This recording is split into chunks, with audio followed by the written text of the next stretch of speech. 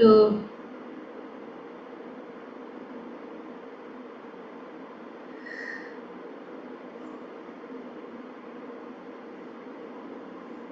अब यहाँ से ध्रुव महाराज की कथा शुरू हो रही है। तो आज हम श्रीमद् भागवतम के चौथे स्कंद के 8वें अध्याय के श्लोक संख्या 9 और 10 को पढ़ रहे हैं। और अब ये बहुत सुंदर कथा हम सुनेंगे।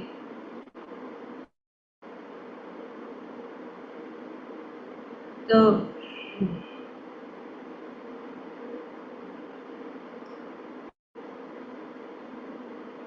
मैत्री मुनि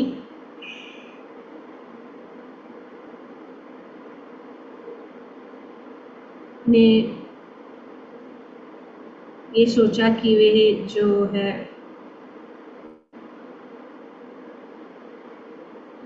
दिव्य भक्ति और पुण्य, शुद्धता, श्रेष्ठता किस प्रकार से ये आचरण भक्तों का भक्ति किस अवस्था में की जाती है, बाल्य अवस्था में भी कोई भी उत्तम स्तर प्राप्त कर सकता है। तो ये कथा इस प्रकार से है, ये ध्रुव महाराज की कथा है। एक बार राजा उत्तानापाद सुरुचि के पुत्र उत्तम को अपनी गोद में लेकर सला रहे थे। तो हम जानते हैं कि राजा उत्तानापाद की 2 पत्नियां थी, सुरुचि और सुनीति। ये 2 पत्नियों में से सुरुचि राजा को अत्यंत प्रिय थी।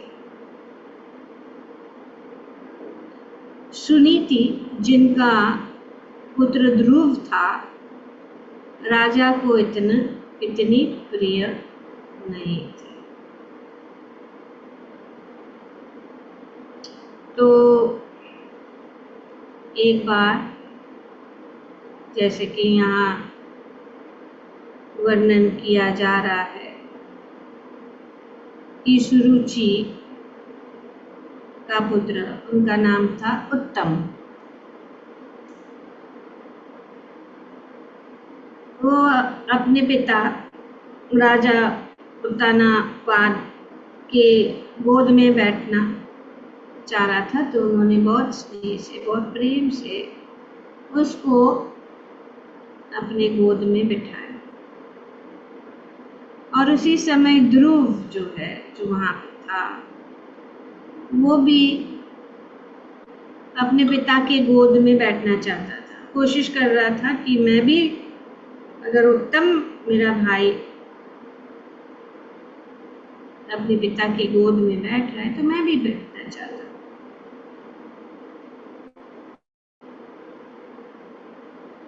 तो इस प्रकार से जब वे बैठना चाहते थे तो राजा ने उनको ज्यादा ध्यान नहीं दिया। राजा ने उन्हें अधिक दुलार नहीं दिया।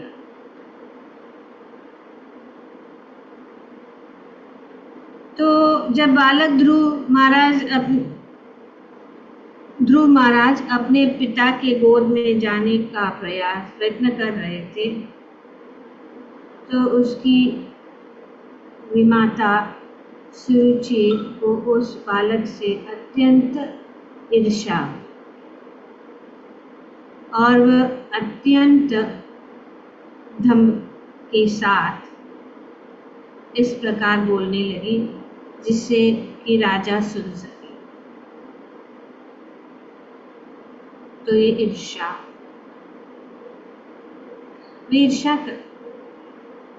ईर्ष्या करती थी सुनीति से और सुनीति के पुत्र से।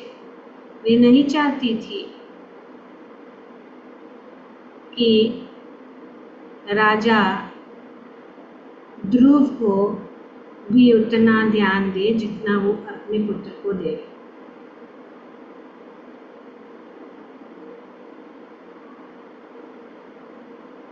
तो उन्होंने ध्रुव को बैठने नहीं दिया और वे उनको रुकाया, आप नहीं बैठ सकते। तो आगे ये कथा में वर्णन है कि उन्होंने इस ईर्ष्या के कारण उन्होंने क्या किया और क्या किया। इस श्लोक के तात्पर्य में प्रभा जी बताते हैं कि निसंदेह राजा अपने दोनों पुत्रों के प्रति समान स्नेहशील थे, अतः वे ध्रुव तथा उत्तम दोनों को गोद में लेने के लिए स्वाभाविक रूप से उन्मुख थे। ऐसा नहीं था कि राजा, पर फिर भी यहाँ पे एक्चुअली ये एक प्रकार का केस स्टडी है।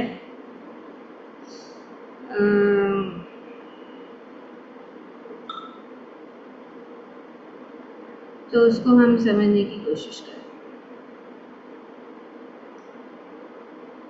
तो किंतु अपनी रानी सुरुचि के प्रति पक्षपात के कारण वे चाहते हुए भी ध्रुव महाराज को दुलार न दे सके, चाहते हुए भी।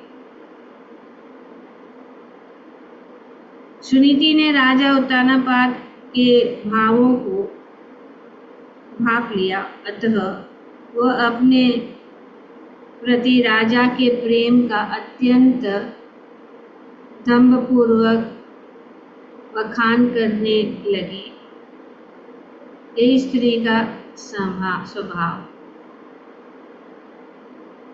यदि स्त्री जान लेती है कि उनका पति उनका पक्ष लेता है और उनके प्रति विशेष लगाव रखता है, तो वह अनाधिकार लाभ उठाती है। ये लक्षण स्वयंभुव मनु जैसे परिवार के उच्च स्तर समाज में भी परिलक्षित होते हैं। अतः ये निष्कर्ष निकलता है कि स्त्री का स्त्रीत्व गुण सर्वत्र विद्यमान है। तो यहाँ पे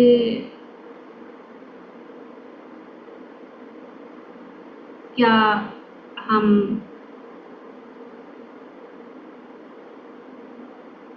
इस बात को समझ सकते, क्योंकि ये हम ज़्यादातर जो हमारे ग्रुप यहाँ पे जो सुनते हैं वे ज़्यादातर माताएं हैं, स्त्री हैं। तो क्या आप मानते हैं कि ऐसा होता है? आप लोगों का कोई अनुभव ऐसा है कि ऐसा होता है? कोई बता सकता है?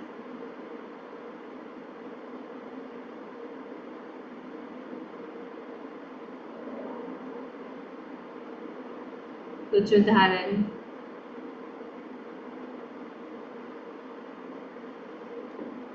शास्त्रों से? Mataji, this is one of the causes for mother-in-law, daughter-in-law problems.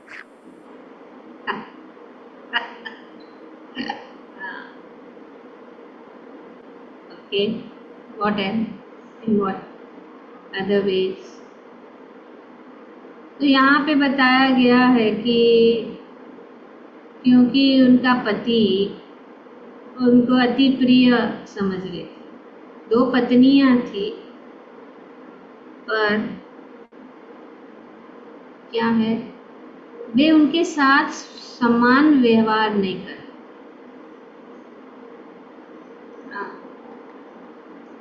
एक को अति प्रिय मानते थे, एक को इतना नहीं।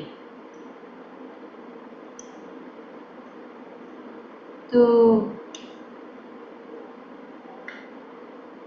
ये समानता नहीं।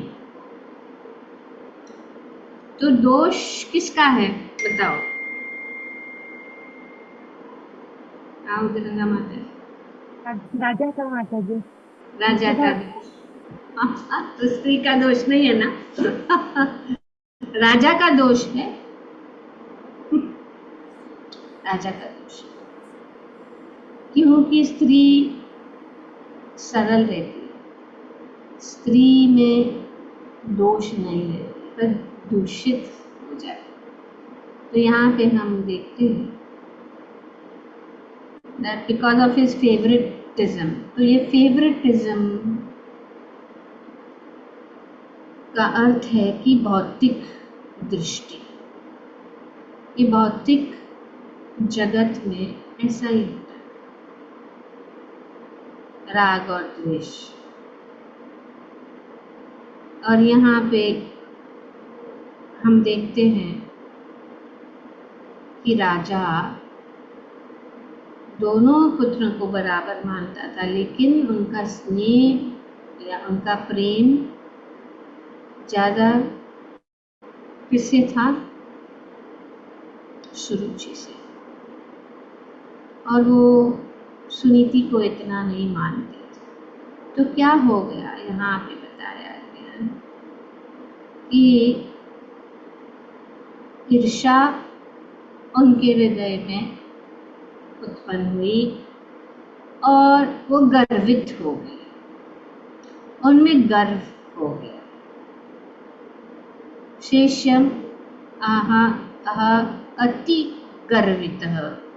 अति गर्विता, अति गर्विता मतलब बहुत घमंड आ गया उनमें। और वो घमंड के कारण उन्होंने अपने आप को क्या समझा? श्रेष्ठ समझा। और राजा भी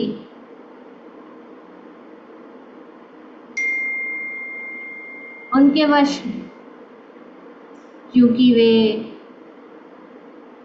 उनके प्रति ज्यादा आकर्षित थे, उनका आकर्षण, तो इसके कारण वे एक पत्नी को ज्यादा और दूसरी को कम माना। और ऐसे करने से वे बड़ी समस्या हो उठी। तो इसके कारण है क्योंकि ये भौतिक दृष्टि के कारण। जैसे कि हम दक्ष प्रजापति की जो कथा थी हमने सुनी, अभी ध्रुव महाराज की कथा में ये बात हो रही है। यहाँ पे ये शिक्षण है कि जब हम समदर्शी नहीं होते और जो स्वयं हुआ मनु के पुत्र होने के कारण भी उन्होंने जो है ये समदर्श का समान दर्शन नहीं था, वे समान दृष्टि से नहीं देखते। पर भक्त जो है, जो भक्ति में है, वो सबको समान दृष्टि से देखता है। सभी जीवात्मा जो है भगवान की शक्ति में स्थित है। Every living entity is situated in the energy of the Lord. भगवान की दो शक्तियां हैं, आध्यात्मिक और भौतिक शक्ति। तो जो भौतिक शक्ति में फंसा है उनके लिए कठिन है। और यहाँ पे हम देखते हैं कि क्योंकि वे भौतिक विचार, ये लगाव, किसी को छोटा मानना, किसी को बड़ा मानना, ये भौतिक स्तर पर है, आध्यात्मिक स्तर पर नहीं। और अगर आध्यात्मिक दृष्टि है, आध्यात्मिक ज्ञान है, तो सबको और खुद को, जैसे कि हम कल पढ़ रहे थे कि अगर हम दास बने तब हम इस स्थिति से बच सकते कि हम स्वामी नहीं हैं। यहाँ पे सुनीति सोचती है कि मैं बहुत बड़ी हूँ। राजा उत्तानापाद जो है उनको भी दृष्टि नहीं है, वे अंधे हो गए अपनी पत्नी के प्रेम में, और इसी कारण जो है ये पूरा जो परिस्थिति जो है आ उठी और बिगड़।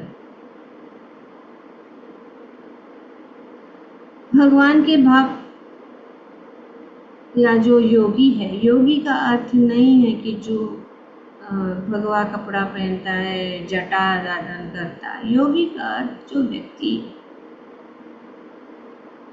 भगवान को जानता है कि सब कुछ, सब जीवात्माओं में भगवान उपस्थित है, भगवान सर्वत्र है, और उनकी दृष्टि जो है सभी जीवात्माओं में भी भगवान देखते हैं। तो इसीलिए वे भेदभाव नहीं करते, वे सबको समान दृष्टि से देखते हैं। और जब समान दृष्टि से नहीं देखा जाता है तो फिर ऐसे जो है ईर्ष्या, क्रोध और लगाव। तो भगवद गीता में बताया गया है कि विद्या विनय संपन्न ब्राह्मण गवि हस्तिनी सुनी चैव स्वपाके च पंडित समदर्श। जो पंडित होता है वो ज्ञानी होता है, जो भक्त होता है वो सबको समदर्श, समान दृष्टि से देखता है, चाहे वो ब्राह्मण हो, चाहे वो गाय हो, चाहे वो हाथी हो, चाहे वो कुत्ता हो, या स्वपके जो कुत्ता खाने वाला व्यक्ति भी, वो उसे समान दृष्टि से। और यही बात हम देखते हैं श्री चैतन्य चरितामृत कि भगवान ने ये हरि नाम जो है सबके बीच में बांटा। उन्होंने ये नहीं सोचा कि ये निम्न व्यक्ति है या निम्न जन्म का है या उच्च जन्म का है, या ये ज्ञानी है ये अज्ञानी है। उन्होंने ये समदृष्टि भगवान देखा। ये समदृष्टि होती है तो हम शांति को प्राप्त कर सकते। ये शांति नहीं तो हम हमेशा, हमारा मन हमेशा विचलित है कि ये अच्छा ये बुरा है, ये पराया है, ये अपना है, ये ऊंचा है, ये नीचा है। जिसने ये जान लिया कि भगवान सबके हृदय में उपस्थित है, one who has actually realized that the Supreme Personality of Godhead is situated in everyone's heart, और सब जो है भगवान के अंश है, और every living entity is part and parcel of the Lord, does not make distinction, विभेद नहीं करेगा। ये लक्ष्य है पंडित समदर्शी, हम देख सकते हैं। It does not make distinction between Brahmana, Sudra, poor, rich, दरिद्र या धनी।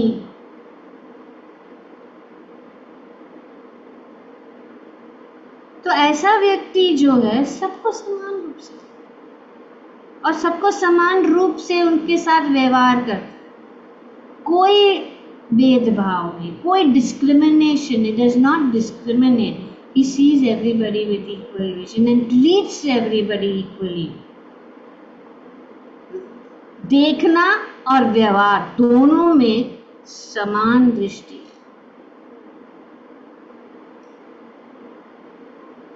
तो हम देखते हैं कि उत्तानापाद भी इस प्रकार से उनकी दृष्टि समान नहीं थी, ना ही सुरुचि की दृष्टि समान नहीं थी। तो ये कांटा है, ये क्या है? थॉर्न है, ये चुभता है,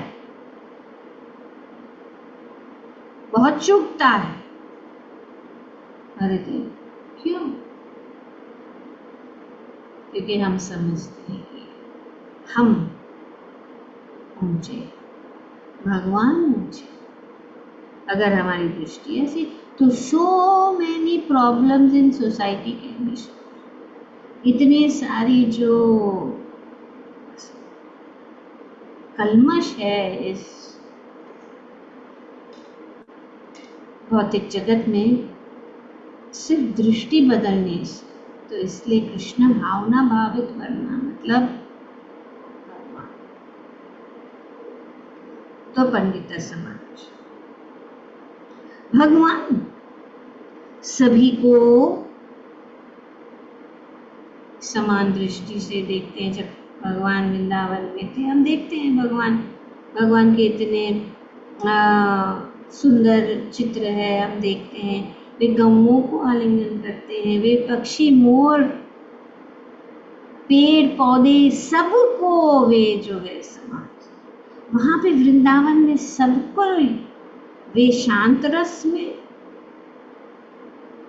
सेवा कर रहे हैं, जैसे कि पेड़ वगैरह सब जो है भगवान से, और भगवान से उनके साथ आदान प्रदान करते हैं। जिस प्रकार से गोपियों को आलिंगन करते हैं, उसी प्रकार भगवान गौओं को भी आलिंगन। इस समझ भगवान के लिए वृंदावन में गोपियां हैं, ग्वाल बाल है, गौएं हैं, पशु पक्षी, तोते, मोर, जो भी उनको सेवा करने के लिए वे उनको समान समझते हैं, उनके साथ प्रदान करना। पर ये भौतिक जगत में हम जो चीजें प्राप्त करने की कोशिश करते हैं, और इस में समाज में जो हमारा एक्चुअली नहीं है, everyone is struggling to gain something which he does not possess। तो ये इसीलिए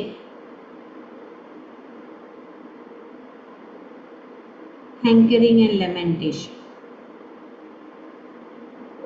पर जो ब्रह्मभूत स्तर पर है, ब्रह्मभूत प्रसन्नात्मा ना सोचती न कर्च कांक्ष समा सर्वेषु भूतेषु। तो cause of hankering and lamentation is discrimination। पर अगर समान दृष्टि से सभी को, तो वो ब्रह्मभूत प्रसन्न। समदृष्टि मतलब शारीरिक दृष्टि नहीं, शारीरिक स्तर पर नहीं। Equal vision, not the bodily vision. शारीरिक दृष्टि नहीं। और जब तक शारीरिक दृष्टि होती है तब तक जो है समानता नहीं होती। Not possible. So long as we have got bodily vision, there cannot be equality. We are talking about equality of women and equality of everybody and equality of the upper class, lower class, but bodily vision जब तक होगा, ये सिर्फ बाहरी चीज, ये बोलने की बात है, लेकिन वो पॉसिबल नहीं है जब तक हम शारीरिक स्तर पर इस प्रकार से समानता लाना चाहते। यूनिवर्सल ब्रदरहुड कभी भी नहीं होगा। सब चाहते हैं यूनिवर्सल ब्रदरहुड, लेकिन ये universal brotherhood can be only understood on the level of the soul, not the body. Soul का कोई रूप नहीं, कोई सोल, कोई आत्मा ना अमेरिकन है, ना इंडियन है, ना अफ्रीकन है, ना चाइनीज है। ये शारीरिक डेजिग्नेशंस, पर अगर हम इससे मुक्त होना चाहते हैं तो हमें कृष्ण भावना भावित होना चाहिए। इसके लिए कृष्ण भावना अमृत को फैलाना बहुत जरूरी। और जब हम सब समझते कि हम एक्चुअली कौन है, कृष्णेर नित्य दास, तब हम मुक्त हैं। I am actually servant of Krishna, मैं कृष्ण का दास हूं, तो हम मुक्त हो गए। ये कृष्ण भावना है। कृष्ण भावना भावित होना जरूरी है। अगर समाज में सब कृष्ण भावना भावित हो तो समाज की सभी जो है कष्ट जो है, सभी कष्ट मिट सकते हैं।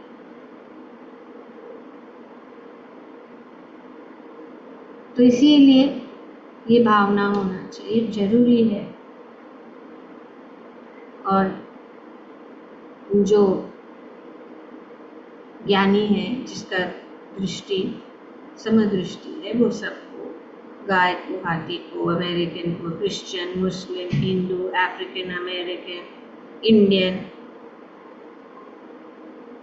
भगवान कहते हैं हम सबके पिता हैं। मैं सबके, सब, हम सब जो है, भगवान सबके पिता हैं। तो इसीलिए अगर हम इस प्रकार से देखते हैं तो ये हम सोचेंगे, जब हम इस प्रकार से, तो ये मेरा पति है, मैं उनकी पत्नी हूँ, वे मुझसे बहुत प्रेम करते हैं, ये क्या हो जाता है। और फिर अगर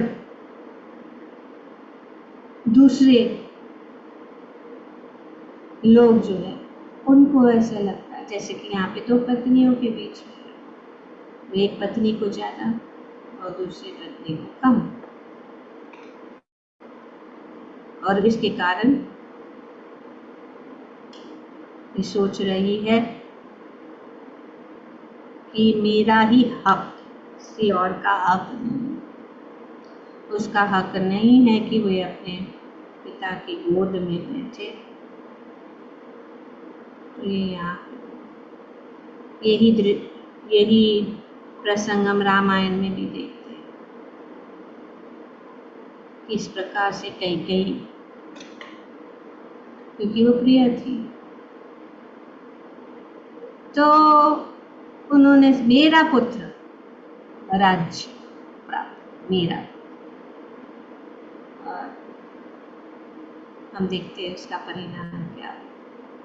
तो इस प्रकार से ध्रुव महाराज की ये कथा है। ये ऐसे बात नहीं है स्त्री कम है और पुरुष कम है, पर हमें इसके अंदर से जो शिक्षण है उस सिद्धांत को अपनाना है और समझना है, क्योंकि ये सब कथाएं हमारे लिए है और इन परिस्थिति ऐसे महान भक्त जैसे उत्तानापाद जो स्वयं मनु के पुत्र है, उनके साथ ये हो रहा है, तो क्या हमारे समाज में नहीं हो सकता? तो हमें इसको कैसे ठीक करना है, इस कथा से हम समझ पाएंगे। ग्रंथराज श्रीमद् भागवतम की जय। ओम तत्सत। Thank you very much. तो